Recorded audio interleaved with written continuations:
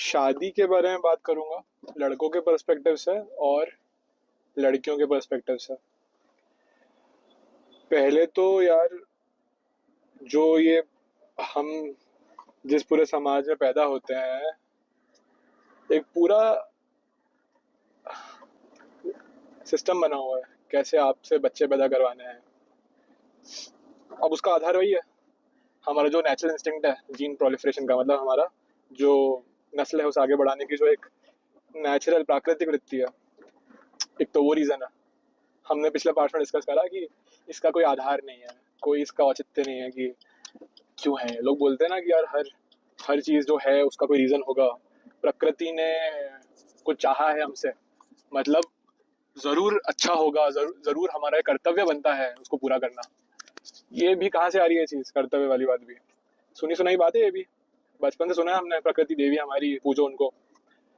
आपको यदि कोई नहीं बताता है तो आप बनाते कोई मूर्ति या कोई पूजा करते हैं किसी पौधे की? मैं ये नहीं कह रहा हूँ कि पेड़ काट दो, पौधे काट दो। मैं कह रहा हूँ किसी चीज़ की भक्ति करने से पहले उसको जांच लो कि क्या है ये। क्यों कंडीशनिंग ओढ़नी अपने ऊपर कि प्रकृति ने कहा है तो सही होगा? एक फिनोमिनन है ये कि बढ़ाओ आगे अपनी नस्ल, है हमारे अंदर। पर ये भी तो है हमारे अंदर बुद्धि है, जो ये है, ये ऊपर वाला माला क्या है?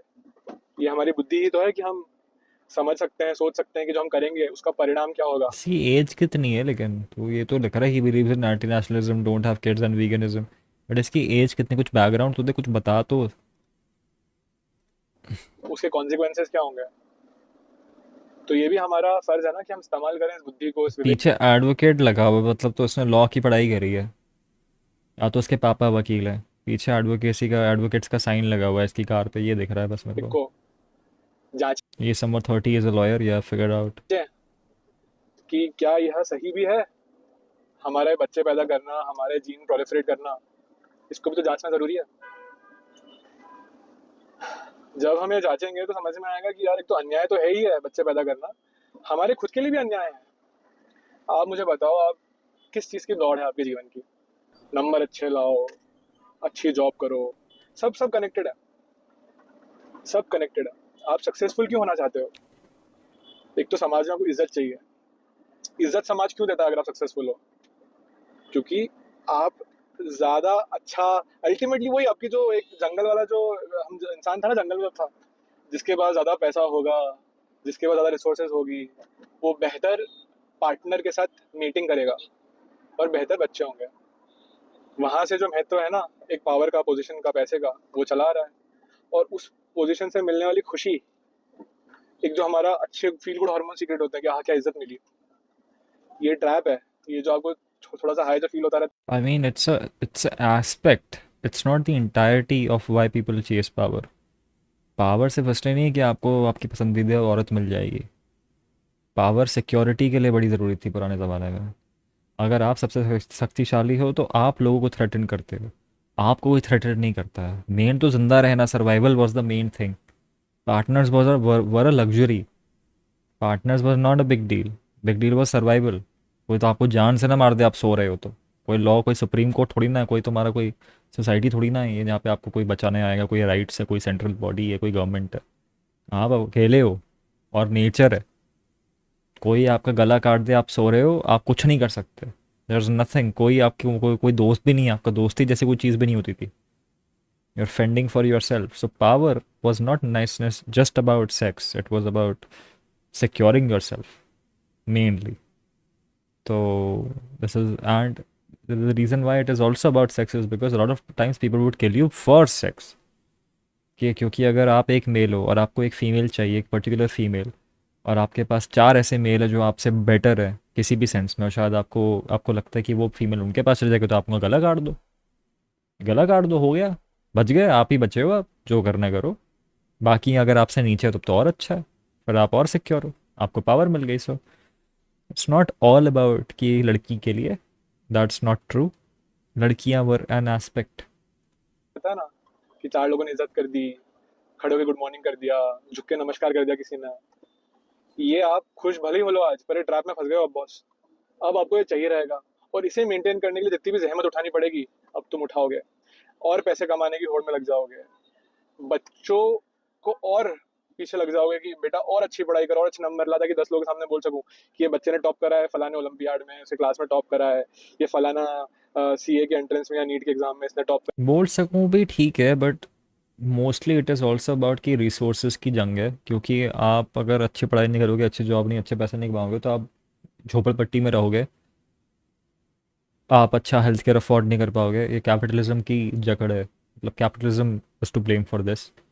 इट इज़ लेस अबाउट, पहले ज़माने में होता था प्राइड, पहले ज़माने में एस्पिरेशंस कम थे, इसलिए प्राइड बहुत ऊपर थी। 5 अगर सरकारी ऑफिसर्स हैं, तो उन 5 सरकारी ऑफिसर्स की 90% प्रोबेबिलिटी है कि उनकी बीवियाँ काम नहीं करती, उनके घर में वही कमाते हैं, उनके दो सबके 5 लोगों के 2 बच्चे हैं, वो दो सारे के सारे बच्चे यार सरकारी स्कूल में पढ़ते हैं। तो हर चीज़ बहुत ही रिलेटिव है, मतलब बहुत ही इक्विवेलेंट है। ऐसा नहीं है कि 5 लोग सरकारी ऑफिसर्स हैं और एक का बच्चा लंदन में पढ़ रहा है, एक का बच्चा एक सरकारी स्कूल में पढ़ रहा है, एक का बच्चा एक प्राइवेट स्कूल में पढ़ रहा है। इतना वेरिएंस नहीं है। आज के ज़माने में वेरिएंस है। आपको ऐसे सरकारी लोग दिखेंगे जिनके बच्चे लंदन स्कूल ऑफ इकोनॉमिक्स में पढ़ रहे हैं, ऐसे सरकारी लोग दिखेंगे जिनके बच्चे प्राइवेट स्कूल में पढ़ रहे हैं, ऐसे सरकारी लोग बच्चे दिखेंगे जिनके बच्चे एक्चुअल में बहुत बहुत घटिया स्कूल्स में पढ़ रहे हैं, जहाँ पे पढ़ाई भी नहीं होती। और ऑन पेपर इन दोनों सरकारी जो भी एम्प्लॉयज़ है ना, इनकी सैलरीज ना ज़्यादा ऊपर नीचे नहीं है, या फिर हो सकता है सेम ही कैटेगरी के क्यों ना हो। मैं पर्सनली एक ऐसी सरकारी फैमिली को जानता हूँ जिसमें सिर्फ एक आदमी कमाता है और उसके 2 बच्चे हैं, और उसके 2 बच्चों का सिर्फ कॉलेज की फीस बता रहा हूँ मैं तुमको, साल की 22 लाख रुपए। मैं तुम्हें रिटर्न दे रहा हूँ, कोई एक कमाने वाला सरकारी ऑफिसर, कोई पद नहीं है पूरे वर्ल्ड में, मतलब इंडिया में, जो इतना पैसा तुम्हें दे दे, अनलेस तुम पता नहीं कुछ क्रेजी सुप्रीम कोर्ट के चीफ जस्टिस की हो, और वो नहीं है। वो कुछ बड़ी पोस्ट में ज़रूर है, बट कोई चीफ जस्टिस जैसी पोस्ट पे नहीं है। ठीक है, तो अब क्या हुआ, तो पहले ज़माने में ना प्राइड बड़ी इंपॉर्टेंट थी। क्यों? क्योंकि चीज़ें, एस्पिरेशंस उतनी इंपॉर्टेंट नहीं थी। तो आपका बच्चा भी उसी स्कूल में जाता है जिसमें आपके पड़ोसी का बच्चा जाता है, तो किस बात पे आप प्राइड करोगे कि भाई मेरा बच्चा तेरे से बेटर है पढ़ाई लिखाई में। अब वो आईआईटी में चला गया, पढ़ाई लिखाई में बेटर है, हमारा सर ऊंचा कर दे रही वो। अब वो डिस्कशन ही नहीं रहा। अब पेरेंट्स बोलते हैं पढ़ाई लिखाई कर, क्योंकि पैसे, पैसे इंपॉर्टेंट है। ये पुराने ज़माना नहीं है जहाँ पे तुम थोड़े से पैसे में अच्छी ज़िंदगी जी सकते हो या फिर एक मीडियोकर लाइफ जी सकते हो। अब एक्चुअल में चीज़ें ख़राब हो रही हैं। आप अगर पैसा नहीं कमाओगे बहुत अच्छा, तो आपके पेरेंट्स तो बर्बाद होंगे ही होंगे। जब वो बूढ़े होंगे आप उनकी टेक केयर नहीं कर पाओगे, आपको भी हेल्थ केयर नहीं मिलने वाली, आपको पेंशन नहीं मिलने वाली, फाइनेंशियल स्टेबिलिटी का कोई नामो निशान नहीं है। हर चीज़ महंगी हो रही है, इन्फ्लेशन आपकी पीछे वाड़े में मारने वाला है। तो अब पेरेंट्स सिर्फ प्राइड से नहीं कहते, अब फेलियर, अब पेरेंट्स एक्चुअल में कंसर्न्ड है कि बच्चा कुछ कर भी पाएगा कि नहीं, जैसे दुनिया चल रही है। ठीक है, it's kind of sad. Majority, I would say 90% of Gen Z घर नहीं खरीद पाएंगे। पता है ना तुम लोगों को ये बात? 90% ऑफ जेन जी, मैं कोई इकोनॉमिस्ट नहीं हूँ, मैं मेटाफोरिकली कह रहा हूँ, but majority of Gen Z घर नहीं खरीद पाएंगे। Just let that sink in, let that sink in and you will understand. करा है, एक अटेम्प्ट में पास करा है, इस तरह की बात करोगे फिर सब अल्टीमेटली वो समाज के जो इज्जत है, जो हमें फील गुड करवाएगा कुछ देर के लिए, उसके लिए है, उसकी कीमत भी चुकाओगे। नहीं, कुछ देर के लिए नहीं है। अगर आप पेरेंट्स की बात सुन के आईआईटी में घुस जाते हो, आपको पूरी ज़िंदगी फील गुड करवाएगी वो चीज़। But I get it. जो शादी करना चाहते हो क्योंकि तुम्हारे अंदर नेचुरल इंस्टिंक्ट है शादी करने की, उस नेचुरल इंस्टिंक्ट को सेटिस्फाई तो कर दोगे तुम, जो तुम्हारा एक फिजिकल नीड है और जो बच्चे पैदा करने की जो नीड है। अल्टीमेटली फिजिकल नीड भी इसलिए है क्योंकि natural selection as a design phenomenon चाहता था कि आप बच्चे पैदा करो, और वो तभी करोगे आप जब आपको प्रोसेस अच्छी लगेगी। तो वो अब हालांकि अब कॉन्ट्रासेप्शन के आने के बाद हम उस चीज़ को सेटिस्फाई करते हुए बच्चे पैदा ना करें, ये भी किया जा सकता है। तो वो तो है ही है। अल्टीमेटली जितनी भाग दौड़ है आपकी ज़िंदगी की, आप एक मोमेंट में आप सब खत्म कर सकते हो, सिर्फ ये फैसला लेके कि आपको शादी नहीं करनी, आपको बच्चे नहीं करने। इसके पहले पार्ट्स हमने समझा कि क्यों ये बच्चों के लिए गलत है शादी करना। अब मैं ये कह रहा हूँ कि ये आपके लिए भी गलत है अगर आप बच्चे करोगे। ये ट्रैप में फंस गए आप समाज के फिर और गुलाम बन गए। अब आप नौकरी करोगे, समाज के हिसाब से रहोगे, कुछ गलत होगा तो उसके खिलाफ आवाज़ उठाने में आप डरोगे। सरकार जो आप पे चढ़ बैठेगी, आप सोचोगे कि यार अगर मैं जेल चला गया या मुझे कुछ हानि पहुंच गई तो बच्चों का क्या होगा? तो आप सहते रहोगे समाज में, इस पूरे इंस्टीट्यूशन में। जिस 10-11 घंटे 9 घंटे की जो आप जॉब कर रहे हो, उस जॉब में आप कितने भी फ्रस्ट्रेटेड हो, आपको कंटिन्यू रखना पड़ेगा। बच्चे की फीस, बच्चे की ज़रूरतें, ये सब कहाँ से पूरी करोगे? बीवी की ख्वाहिशें, बीवी की ज़रूरतें कहाँ से पूरी करोगे? आप अपनी इंस्टिंक्ट, जो आपका प्रवृत्ति है कुछ करने की, उसके जो आप गुलाम बने हो, इससे आप दूसरों का नुकसान कर रहे हो। तो समझा हमने पहले की वीडियोस में, हम ये समझ रहे हैं कि आपके लिए एक ट्रैप है, आपके लिए ही एक ट्रैप है। मैं देखता हूँ लड़कियां जिनको लड़के देखने आने वाले तो कैसे खुश होती हैं कि अरे लड़का मिलेगा, लड़का मिलेगा। कुछ नहीं, उनका फिजिकल अट्रैक्शन है, वो नीड सेटिस्फाई नहीं हो रही ना उनकी। उनको यार ये बहुत इंसेली नहीं लग रहा तुमको, ये इसका पॉइंट ऑफ व्यू?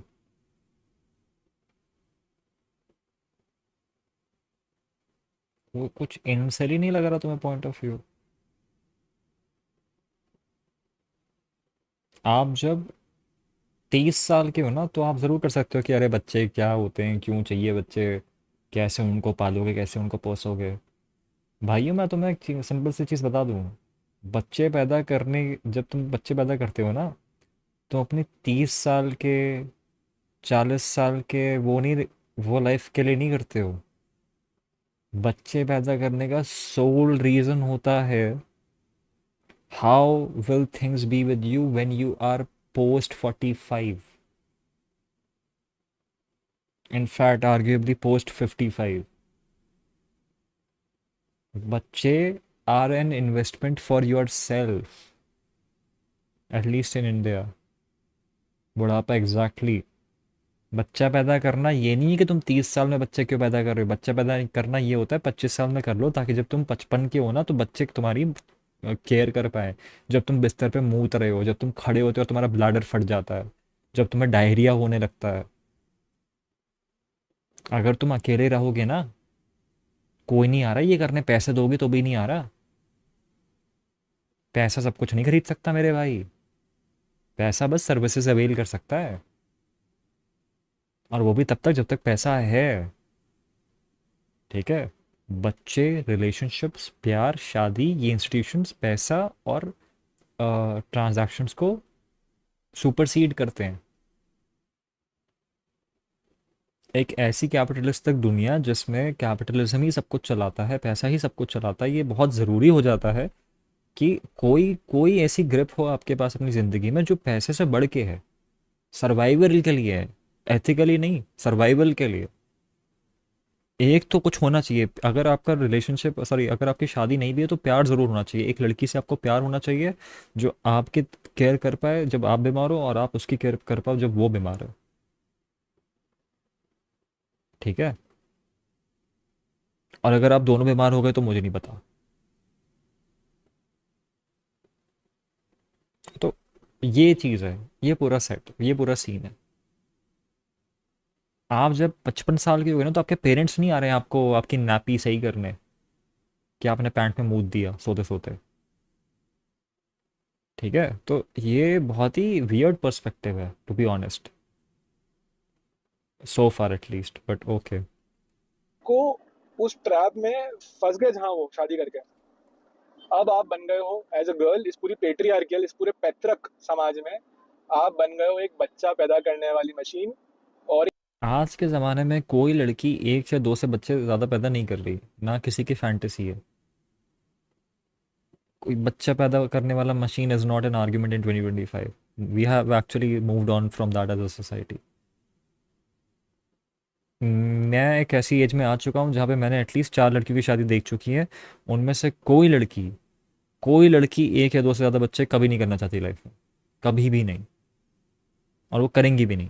और आज की लड़कियां ना बच्चे पैदा करेंगी नहीं जस्ट बिकॉज ससुराल में आके ससुर बोल रहा है कि बच्चा पैदा कर लो। आज की लड़कियां इतना तो जानती है, बट अब गांव में क्या हो रहा है ये मुझे नहीं पता। गांव में क्या हो रहा है ये मुझे नहीं पता। गांव में हो सकता है कि ऐसा अभी भी होता हो, वो धीरे धीरे करके चेंज आएगा, बट चेंज आना चालू हो चुका है, at least in tier 1 tier 2 cities, this is the truth. आप टीयर 2 शहरों में भी, मेजोरिटी टीयर 2 शहरों में जो थोड़े बहुत ज़्यादा थोड़े डेवलप्ड हो गए हैं, आप, ये बच्चे पैदा करने वाली मशीन ये 10 साल पहले मर चुकी है, अब नहीं होता ये सब। ठीक है। अब तो इनफैक्ट आपके खुद के जो बूढ़े लोग हैं जो आपका पहले बोलते थे बच्चा पैदा करो, अब उनको भी पता है कि भैंसों बच्चा पैदा करेंगे तो कमाएंगे कैसे, खाएंगे कैसे। और आजकल की बहुएं इतनी हरामी, वो बोलेंगी हम तो कर लेंगे 10 बच्चे पैदा, लेकिन इसका मतलब है हम 10 बच्चे 10 रोटियां उन बच्चों को देंगे, तुमको नहीं दे रहे, बूढ़े जा तू मर।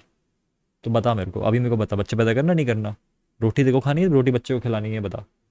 तो बूढ़ा भी बोलेगा कि अरे ठीक है यार, 2 बच्चे काफ़ी हैं। ठीक है। तो आज का ज़माना थोड़ा डिफरेंट है उससे, ये बच्चे पैदा करने वाला सीन पुराने ज़माने में बहुत होता था, अब नहीं होता। I don't fuck with that, I don't think that's true. Pressure ज़रूर हो सकता है, लड़कियों को प्रेशर ज़रूर मिलता है, बट बच्चे पैदा, ज़्यादा बच्चे पैदा करने के नहीं, एक दो। आई थिंक एक दो इज़ इनफ, बूढ़े लोगों को भी एक दो इज़ इनफ फॉर देम। और एक सेविका, मैंने देखा है लोगों की बहुओं को मीठा मीठा बोलती रहेंगी, अरे ससुर जी, अरे सासू माँ, अरे ये, अरे वो, अरे आइए चाचा जी। जबकि इतने निकृष्ट होंगे वो चाचा जी या फूफा जी, जिसको वो झुक झुक के नमस्ते कर रही है। क्यों? क्योंकि अगर वो नहीं करेगी तो बुराइयां होंगी उसके परिवार में। मेरी वाइफ को मैं कभी लाइफ में झुकने तो नहीं दे रहा किसी भी रिलेटिव के सामने। I do not understand the point of it, I do not understand why it's necessary, from a traditional point of view I am not letting it happen. ये चीज़ बहुत ख़राब है, ये झुकने वाला सिस्टम ये बड़ा ख़राब है, मुझे नहीं पसंद। ये जो ये जो हैप्पी इनविटेशन वाला सिस्टम है बड़ा ख़राब है, मुझे नहीं पसंद। But then I can also say कि ये परसेप्शन मेरा ऐसा बना है क्योंकि मैं खुद बहुत ही ज़्यादा फैमिली पर्सन नहीं हूँ। मैं खुद बहुत ही ज़्यादा जॉइंट फैमिली से मेरे अच्छे ताल्लुकात हैं नहीं। तो मैं इसमें एक ब्लैक शीप हूँ। तो मेरा ओपिनियन यहाँ पे 100% वैलिड नहीं है, क्योंकि मैं बहुत बायस्ड हूँ बचपन से। लेकिन मैं ऐसे लोगों को जानता हूँ जिनकी जॉइंट फैमिली उनकी लाइफ में सबसे इम्पोर्टेंट है। उनके कज़न ब्रदर्स, उनके कज़न सिस्टर्स, उनके मामी चाचा मामी जो भी होते हैं वो सब। मेरी ज़िंदगी में ऐसा कोई नहीं है। मेरी फैमिली का मतलब है मैं और 3 मेंबर, और जो कि मेरे पापा, मेरी मम्मी, मेरा भाई। इसके अलावा मेरी फैमिली में कोई नहीं है। ठीक है। तो मैं बहुत बायस्ड हूँ इन दैट सेंस। तो मुझे कभी कभी सैड भी लगता है इस बारे में।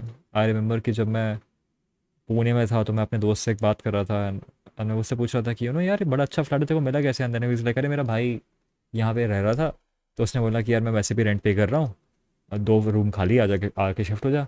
आई वाज लाइक ब्रो, कितनी खूबसूरत बात है यार ये इन लोगों के लिए जिन लोगों के भाई बहन कुछ अच्छा कर रहे होते हैं और उनका फ़ायदा इनको मिलता है नेपोटिज्म और फैमिली के थ्रू। मेरे पास ऐसा कुछ है ही नहीं। ना मेरा कोई ऐसा दो भाई है जो, या कोई ऐसा कज़न है, या मैं उन टर्म्स में ऐसी फैमिली की मेरे चाचा या मेरी मामी रहती है वहाँ पे कि दिल्ली रहती है तो मैं दिल्ली में जाके रह रहा हूँ, या फिर वो मेरी मदद कर रहे हैं लॉ में या मेरे कंपनी में या कुछ क्या। कि मैं ऐसे लोगों को जानता हूँ जिनके मुंबई में उनके चाचा जी हैं, उनके 100 करोड़ का बिजनेस है, बच्चा क्या कर रहा है उनके यहाँ जाके इंटर्नशिप कर रहा है, वहाँ उनके जो नौकरी कर रहा है। फैमिली होने के बहुत फ़ायदे हैं और फैमिली होना अच्छी बात है। मेरी किस्मत बड़ी ख़राब है, मेरी किस्मत बड़ी झंड है। तो it's just sad for me and that's why I am very bitter about it. चुगलियां करेंगे सब उसके अगेंस्ट में, भुगतेगी बेचारी। दूसरे घर में तो लाई जा चुकी है, अब उस दूसरे घर में भी।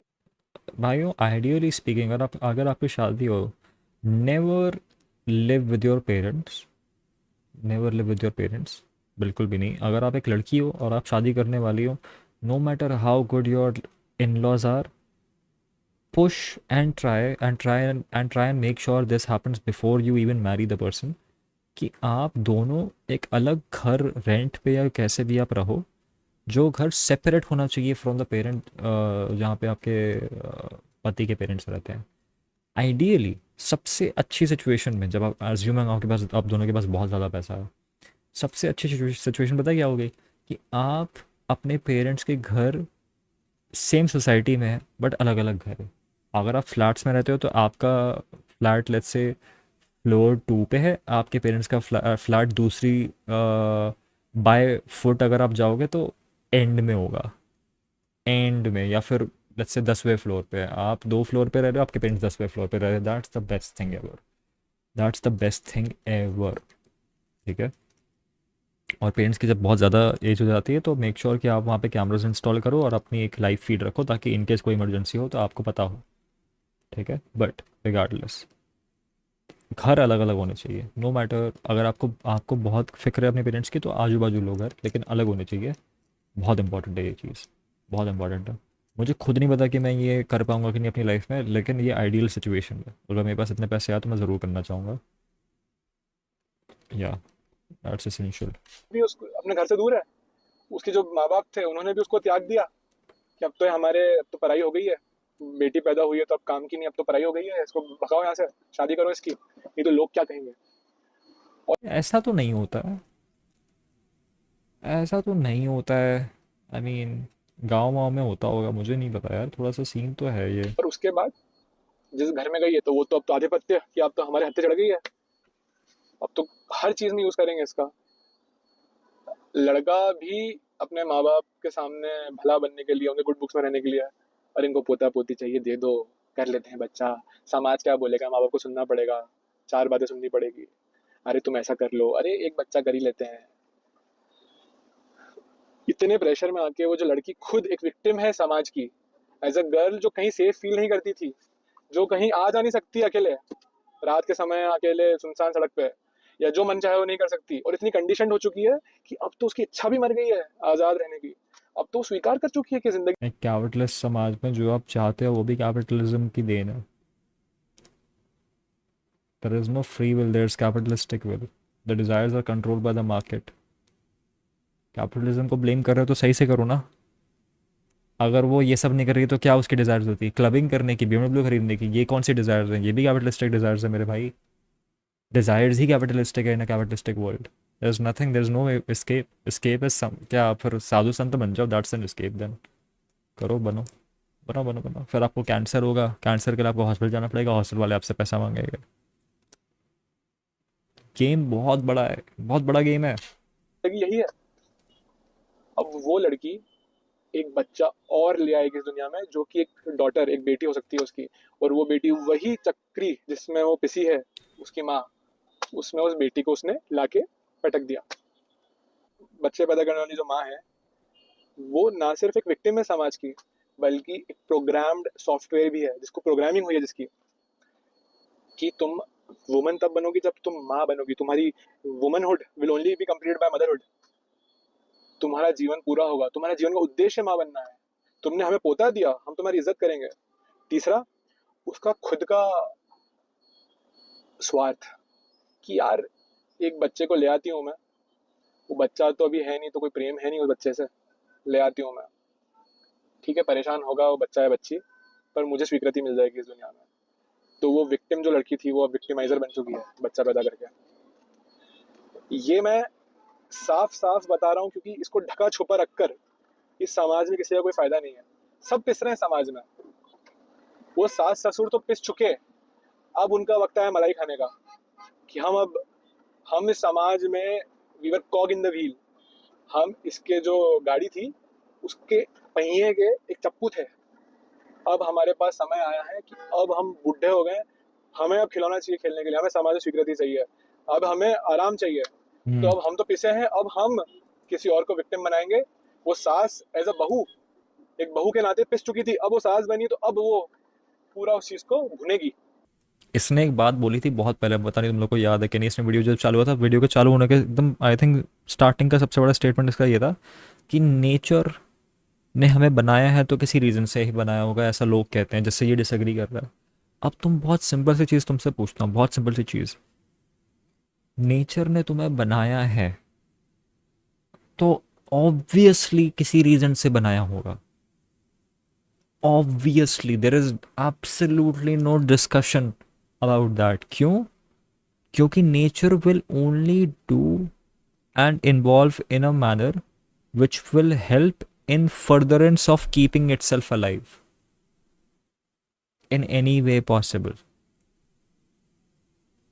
Survival is the only truth. So everything that stems out of survival has a reason for to survive, for survival itself.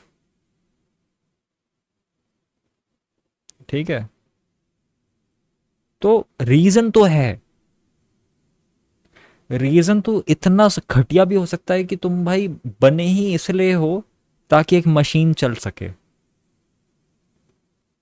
Interesting नहीं है, बोरिंग है, अनफेयर साउंड कर रहा है, श्योर, बट रीजन है और रीजन हमेशा रहेगा।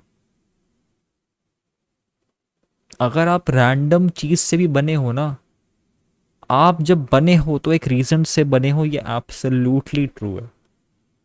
अब वो रीजन अच्छा है कि नहीं वो आप डिसाइड करो, क्योंकि आप एक कॉन्शियस बीइंग हो। तो आप कह सकते हो रीजन चूतिया and therefore you should not, it's not something worth it. And that is why humans are the only conscious animals that have committed suicide और दैट हैव सुसाइडल टेंडेंसीज, क्योंकि हम ये बात समझते हैं। लेकिन ये कहना कि this is all without a reason is just complete lie, it's not true, it's not true at all. ठीक है, तो like there are, like there are just so much like 90% of what he's saying can be countered, and countered ये वाला countered नहीं है कि आपने इसने कुछ बोला आपने कुछ बोला और आप दोनों के बीच में अब जंग छिड़ रही है। ये ऐसे counters है जो इसको चुप कर देंगे, and there's nothing, there's no comeback, he's just propagating an ideology. This ideology is not correct or it's not rational, he's just propagating an extreme ideology at this point of time. There's no balance in it, there is no modesty, there is no negotiation, मतलब कोई negotiate करने का कोई point भी नहीं, कुछ खुला भी नहीं है इसके ideas में। His ideas are really closed. इसके statements हमेशा ऐसे होते हैं कि औरतों को भाई इन्होंने विक्टिम, मतलब मदरहुड को ही विक्टिम बोल दिया है कि आप विक्टिम बना रही हैं, आप माँ बन रही हैं। तो ठीक है, ये बहुत ही क्लोज्ड आर्ग्यूमेंट है, इसमें कोई बैलेंस नहीं है। इसने सारे दरवाजे बंद करके रखे हुए हैं, तो आप सिर्फ लड़ सकते हो इस आदमी से, आप रीज़न नहीं कर सकते। तो अगर आप लड़ोगे तो आप ऑब्वियसली जीतोगे, क्योंकि आइडियाज़ बड़े चूतिया हैं। ये बिल्कुल सत्य बात है कि अगर आप बच्चे पैदा कर रहे हो आज के ज़माने में, तो कहीं ना कहीं आप अत्याचार कर रहे हो, एब्सोल्युटली ट्रू। कहीं ना कहीं आप अत्याचार नहीं भी कर रहे हो। ठीक है, अगेन, इस दुनिया में जितनी प्रोग्रेशंस हो रही, जितनी अच्छी चीज़ें हो रही हैं, वो इसलिए हो रही हैं क्योंकि कोई यंग इंसान सोच रहा है, आइडियोलॉजीज़ में डिफरेंस आ रहा है, चेंज क्रिएट हो रहा है, लोग नए आइडियाज़ इंप्लीमेंट कर रहे हैं। तो therefore what it means is, बड़ा बेसिक सी बात है कि हर एक नया बच्चा एक होप है for a better tomorrow in an idealistic world. There is also a bad side of this, there is also a good side of things. ये जो कार चला रहा है, ये किसी बच्चे ने डिज़ाइन करी है, जो बच्चे ने पढ़ाई करी, आगे जाके जब टीनेजर बना उसने बोला कि मुझे कार बनानी है, आज तक कोई कार नहीं बनी है, इसने कार बनाई, ये वो। उसके बाद 1000 बच्चे और पैदा हुए जिन्होंने उस कार के मॉडल पर बार बार काम करा, कंपनी सेटअप करी, दुनिया भर की चीज़ करी। हम भी, तुम भी एक बच्चा था, मैं भी एक बच्चा हूँ, मतलब बच्चा था कभी ना कभी। हम सब बच्चे थे, हम सब कुछ ना कुछ करते हैं इस दुनिया में, हम सब किसी ना किसी तरह से कंट्रीब्यूट करते हैं। हम चीज़ें बेहतर या वर्स बनाते हैं। जो सिस्टम है जिसकी ये बात कर रहा है, ये भी बच्चों ने बनाया है, क्योंकि बच्चे तो इंसान होते हैं। ठीक है, तो इंसानों ने ही सिस्टम बनाया, इंसान अच्छा काम भी कर रहे हैं, इंसान बुरा काम भी कर रहे हैं। ये जो ये आइडियोलॉजी प्रोपेगेट कर रहा है, ये खुद एक बच्चा था कभी, ओशो भी एक बच्चा था, सोक्रेटिस भी एक बच्चा था। तो बच्चे होते हैं, बच्चे ना अच्छे होते हैं ना बुरे होते हैं, ना इंसान होते हैं ना कुछ और होते हैं। बच्चों का काम होता है simply to live, and their whole purpose is hope. Children are hope for a better tomorrow, for their parents, for this world, for anybody and everybody. तो ओनली जब हम कहते हैं ना कि काश कल का दिन अच्छा हो, इसका मतलब ये नहीं कि मैं या तुम उसको अच्छा बनाएगा। कल का दिन से अच्छा सिर्फ बच्चे बना सकते हैं, ना तुम ना मैं।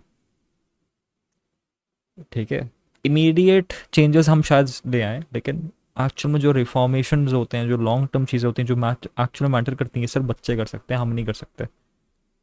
ठीक है, तो बच्चे बहुत ज़रूरी हैं दोस्त, बहुत ज़रूरी। अगर आपको सोसाइटी अच्छी करनी, अगर आपको नहीं भी करनी सोसाइटी, तो भी आपको कुछ बच्चे पैदा करने पड़ेंगे ताकि आप उनको उस आइडियोलॉजी में चला पाओ, ताकि हम एक स्मूथ एग्जिस्टेंस से धीरे धीरे करके हम एक सही तरीके से हम एग्जिस्टेंस से बाहर निकले। अगर आपको आपका आइडिया मान लो ये है कि भाई रिप्रोडक्शन ख़त्म कर दो ह्यूमंस में, तो भी आपको बच्चे पैदा करने पड़ेंगे ताकि आप उनको एक स्पेसिफिक वे में ट्रेन कर पाओ कि हम उसको स्मूथली ख़त्म करें। स्मूथली, एकदम एक झटके पे नहीं मार सकते आप। ठीक है, तो बच्चे पैदा करना बहुत ज़रूरी है। बच्चे तो इसके ऊपर कोई डिबेट नहीं हो सकती, इट्स एसेंशियल, एब्सोल्युटली एसेंशियल। लड़कियां मैसेज करती हैं कि सर हम कैसे बचें, हमें तो बच्चा पैदा करवा ही देंगे। ऐसे लाचार बनती हैं, ऐसे बिल्कुल जैसे पता नहीं वो कीड़े मकोड़े मच्छर होते हैं ना, बिल्कुल वैसी लाचारी। फेमिनिज्म सिर्फ इंस्टाग्राम स्टोरी पर क्यों है आप लोगों का? फेमिनिज्म एक मशाल क्यों नहीं है जो मशाल आपके दिल में जले? ये आग की तरह क्यों नहीं फैल रही है? आपको क्या लगता है आपको हाथ जोड़ के प्रेम पूर्वक मिल जाएगी आज़ादी? भारत को आज़ादी मिल गई थी ऐसे हाथ जोड़ के? गांधी जी ने जब हाथ जोड़ के विनती करी थी? नहीं। सुभाष चंद्र बोस, भगत सिंह ने जब आफत कर दी थी इनकी, जब द्वितीय विश्व युद्ध, सेकेंड वर्ल्ड वॉर में जब कमर टूटी थी इस ब्रिटिश सरकार की, गवर्नमेंट की, तब ये लोग भागे थे। आपको लगता है कि आप धीरे से करुणा पूर्वक प्रेम पूर्वक बात करोगे और आज़ाद हो जाओगे? होते हैं कुछ माँ बाप जिनको आप लॉजिकली समझाओ, और पहला यही स्टेप होना चाहिए। मैंने पेज बनाए हैं इसलिए कि आपको बता सकूं कि क्या क्या चीज़ें आपको समझनी है, जैसे आपको समझ में आया कि अन्याय है बच्चा पैदा करना, और दूसरा कैसे अपने पार्टनर को, अपने माँ बाप को समझाना है कि ये तो मैं करूँगा या करूँगी ही नहीं। ये समझने के बाद आप बात करिए उनसे। वो नहीं समझते हैं तो एक बाउंड्री बनाइए, बाउंड्री सेट करिए, एक डिस्टेंस क्रिएट करिए, पढ़ाई करिए और दूर जाके जॉब करिए, थोड़ा डिस्टेंस क्रिएट करिए। और लगे कि आप बिल्कुल ही पढ़ नहीं पाते हैं या बिल्कुल पढ़ाई में जीरो हैं, तो कोई भी काम करिए यार, फल बेचिए, कुछ भी करिए, चाय बेचिए, जो करना करिए। हम्म। इंसान करना चाहे तो क्या नहीं कर सकता यार? हम्म। कोई काम छोटा बड़ा नहीं है। गुलामी करने के अलावा जो भी ऑप्शन है अच्छा ऑप्शन है। हम्म।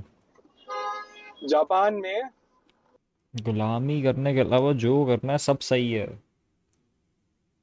गुलामी करने के अलावा जो करना है सब सही है। आयरनी इज, कैपिटलिस्टिक दुनिया में आप सिर्फ गुलामी ही कर सकते हो। सबसे ऊपर वाले लेवल पे भी आप गुलामी किसकी करोगे? एक दूसरे की। 99% दुनिया गुलामी करेगी एक वर्टिकल, एक हायरार्किकल ऑर्डर में, कैपिटलिज्म की दुनिया में। और जो सबसे टॉप पे हैं वो करेंगे एक दूसरे की। That's the sad reality. गुलामी तो बेटे आप अभी भी कर रहे हो। आप जो कार में बैठ के सीट बेल्ट लगाई है ना, इसको गुलामी ही कहते हैं दोस्त। I don't know if you know this, you are law student, you should know. इसको गुलामी कहते हैं जो आपने सीट बेल्ट लगा रखी है ना यहाँ पे, यही गुलामी होती है। आप जो सैलरी में जा रहे हो, सैलरी कमाने, आप जो अपने क्लाइंट की गुलामी करते हो, वो इंडिपेंडेंस नहीं है, वो गुलाम तो आप फिर भी हो। मेटाफोरिकली भी, इकोनॉमिकली भी, और एक इन हर तरीका। ये जो आप पे जो फेक इल्यूजन का आपका वो है ना, क्या ही बोलूँ मैं, ही sounds very better bro. Kamikaze attacks करते थे वो लोग, जब सेकेंड वर्ल्ड वॉर में हारने लग गए वो अमेरिका से, तो वो कामिकाजी अटैक्स करने लग गए अपने प्लेन सहित। अमेरिका के वॉरशिप्स पे क्रैश करते थे। उन्हें गुलामी मंजूर नहीं थी, आधिपत्य मंजूर नहीं था। क्या आग थी उनके अंदर, क्या मशाल थी! कामिकाजी अटैक्स, गूज बम्स आ जाते हैं मुझे, अभी भी गूज बम्स आ रहे हैं जब बात कर रहा हूँ कामिकाजी के बारे में। बैटल ऑफ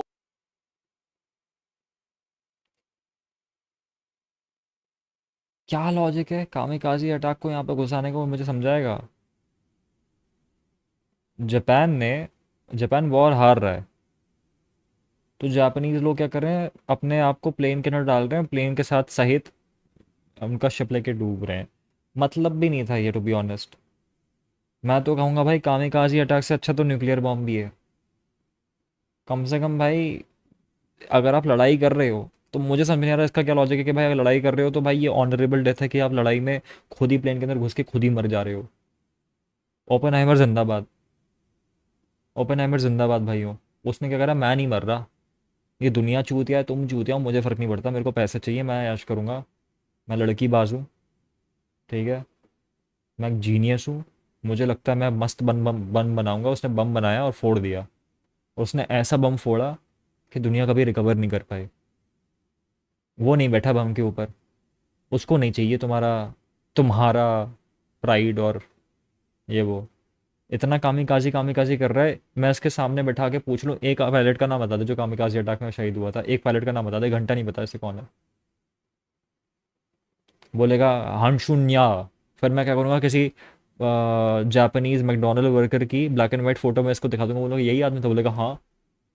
फिर बोलूँगा हानशुन्या तो ये आदमी है, फिर मैं दूसरा जापानीज इंसान की फोटो दिखा दूंगा ब्लैक एंड वाइट, तो बोलेगा अच्छा। फिर बोलूँगा ये दोनों नहीं है, दोनों सेम दिखते हैं, क्योंकि जापानीज लोग ही सेम दिखते हैं, फिर ये बोलेगा यार बात तो सही है। कुछ भी है यार, कुछ भी दिमाग लगाता है भाई ये। कहाँ से कामिकाजी कहाँ से आ रहे हैं भाई? क्या सेंस है इसमें? Kamikaze is the stupidest thing ever. आप एक वॉर हार रहे हो, आपने प्लेन में बैठे हो और अपने आप को भी आपने तबाह कर लिया दुश्मन के शिप के साथ। अल्टीमेटली क्या करा आपने? आपने सरेंडर करा पूरा देश। कोई गुलाम ही नहीं रहेगा तो गुलामी किस बात की? अब ओपनहाइमर ने एक बम फोड़ा, आपकी पूरी कंट्री ने भाग दिया, अगले दिन हाथ जोड़ दिए उन्होंने। It is very very sad what happened. I'm in no way celebrating death of millions of people and whatnot. I'm just saying कि बम फोड़ने पे लोग मरते हैं, गोलियों से भी लोग मरते हैं, लोग मरते हैं, वो सब इक्वल है। कोई एक बेटर नहीं है जस्ट बिकॉज आप भी बैठे हो उस प्लेन में, आप भी लोगों को गिरा रहे हो, आप भी लोगों की जान ले रहे हो। जस्ट बिकॉज आप उस प्लेन में बैठ के जान ले रहे हो does not make it better in any way, does not make it honourable in any way to my eyes. मुझे मुझे इसका ग्लोरिफिकेशन समझ में नहीं आ रहा, you know. But okay. Okinawa के बारे में पढ़िएगा। मैं तो बात कर रहा हूँ कामिकाजी के बारे में। बैटल ऑफ ओकिनावा के बारे में पढ़िएगा। ओसाका ओकिनावा इन आइलैंड्स के वॉर्स महीनों चले। लास्ट मैन स्टैंडिंग तक खड़े रहे वो लोग, उन्होंने कहा हम सरेंडर नहीं करेंगे कुछ भी हो जाए। दैट वाज द स्पिरिट यार। अब दैट वाज द स्पिरिट। क्या चूतिया आदमी है भाई, कसम से। क्या चूतिया आदमी है भाई ये हिस्ट्री लेसन भी वो पढ़ा रहा है जो हिस्ट्री लेसन में वो हार चुके हैं, और आज इतना गंदा हारे हैं कि आज तक उनके पास मिलिट्री के राइट्स नहीं है ढंग के।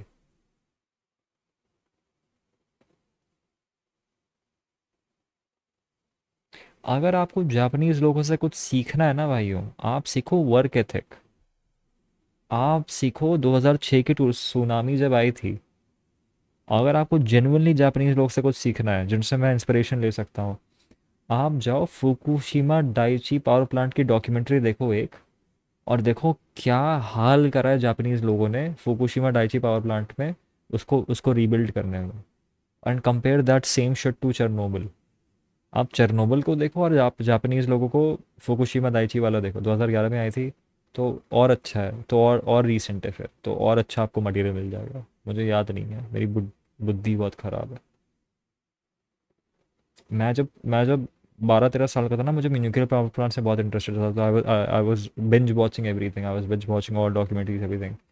फुकुशिमा डाइची पावर प्लांट की जितनी भी डॉक्यूमेंट्रीज है मैंने सारी देखी हैं, and bro the way they handle that tsunami and that disaster is impeccable. Not a single populace on earth could have done what they did. आपको ना पिक्चर्स दिखेंगी कि वो अर्थक्वेक और सुनामी के बाद जापान में कैसे कैसे हालात थे, और फिर आपको बिफोर एंड आफ्टर दिखेगा, before and after 2 months 3 months आपको दिखेगा भी नहीं, आपको लगेगा भी नहीं कि यहाँ पे इतना डिस्ट्रक्शन हुआ। It's crazy, you know. And this is happening while people are grieving. जो लोग सुनामी में गायब हुए थे ना, उनको पता भी नहीं चला कि वो जिंदा भी हैं कि नहीं है, कहाँ है, फर्क नहीं पड़ता। लोग काम कर रहे हैं, रोड बना रहे हैं, रिपेयर कर रहे हैं, साफ सफाई कर रहे हैं, वो काम कर रहे हैं, वो रो रहे हैं, ग्रीव कर रहे हैं और काम कर रहे हैं भाई। क्योंकि अगर सब कोई रोने बैठ जाएंगे ना, तो सिर्फ रोते ही रहेंगे, और कब तक रोते रहेंगे? मेरी बेटी नहीं मिल रही, वो गायब हो गई है सुनामी में, लेकिन अगर शायद मैं अपना काम करूं तो मेरे पड़ोसी की बेटी मिल जाए उसे। ये फिलॉसफी है जापानीज लोगों की। और देखो उन्होंने कैसे रीबिल्ड करा अपना देश। It's fucking insane. यहाँ लुचुर पुचुर बिल्कुल पूछते हैं कि सर हम निरीह हैं, हम में हिम्मत नहीं, हम में ताकत नहीं, हम कुछ नहीं कर पाएंगे। आप यदि गुलाम हो तो उसका कोई इलाज नहीं है। गुलाम ही खुद को आज़ाद कर सकता है। मैं सिर्फ हम्म। आपको सच बता सकता हूँ, आपको ही आज़ाद होना है। और इस मैसेज को मेरे शेयर करिए,